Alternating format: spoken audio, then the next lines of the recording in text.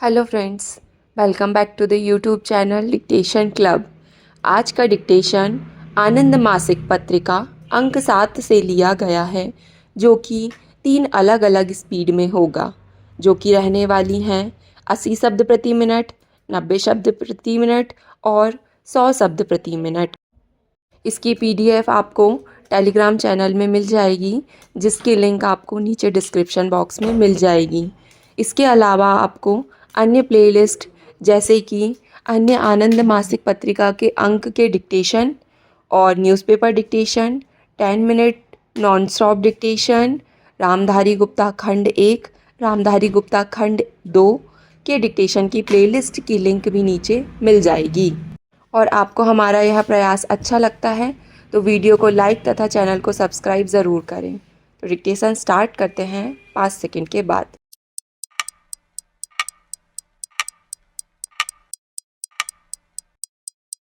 महोदय, हम देश के सभी भागों से यहाँ एकत्र हुए हैं जिससे हम इतिहास के उन क्षणों में फिर जी सकें जब सामंतवाद और विदेशी शासन के लंबे अंधकार से भारत ने स्वाधीनता और लोकतंत्र के आलोक में आँखें खोली थी।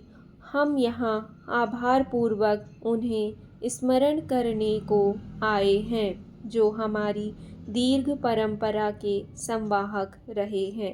हमारे राष्ट्रपिता ने हमारे प्राचीन मूल्यों और परंपराओं की पुनर्व्यवस्था की और उन आदर्शों को जो अप्राप्य प्रतीत होते थे राजनैतिक सक्रियता के शक्तिशाली साधनों में बदल दिया। उनका संदेश शहरों और गांवों में गूंजा।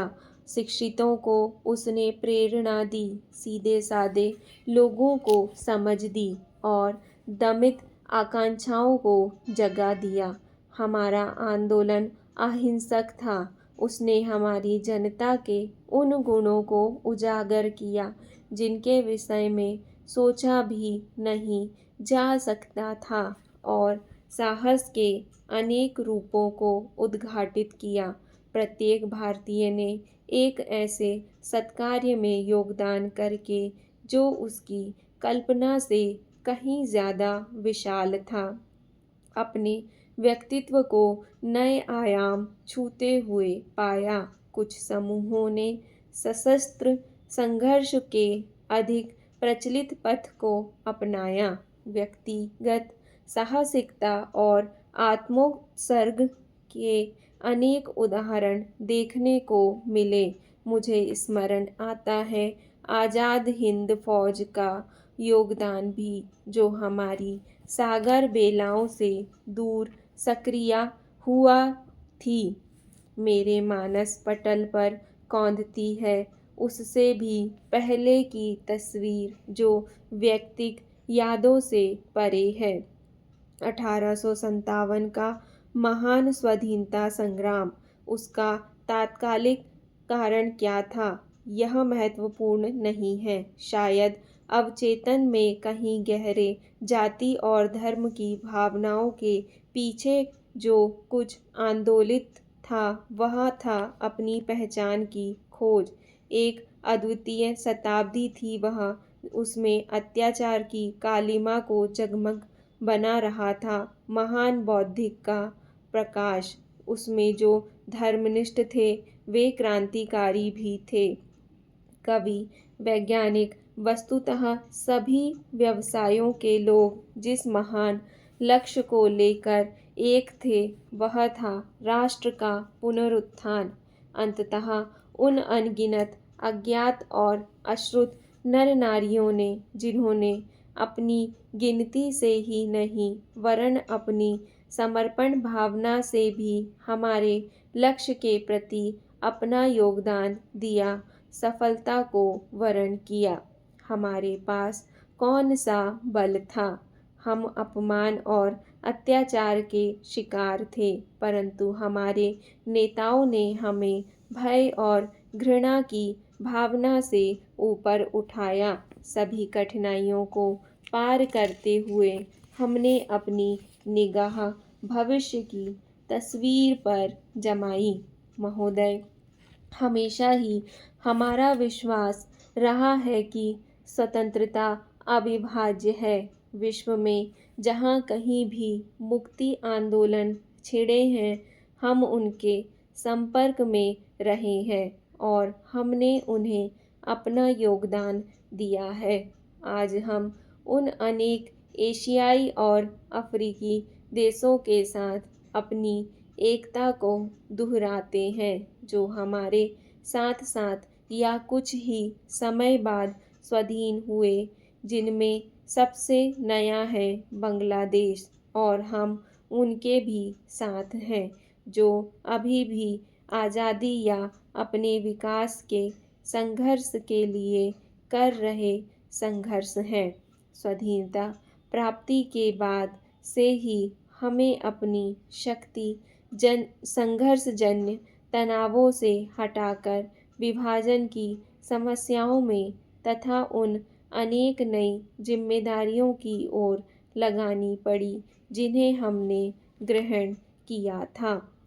उस रात्रि जवाहरलाल नेहरू ने एक भविष्य दृष्टा के भाव में कहा था, भविष्य हमारे लिए आरामदेह और सुविधाजनक नहीं, बल्कि अटूट प्रयास वाला होने जा रहा है, जिससे हम उन प्रतिज्ञाओं को पूर्ण कर सकें जिन्हें हमने कितनी बार ही दोहराया है।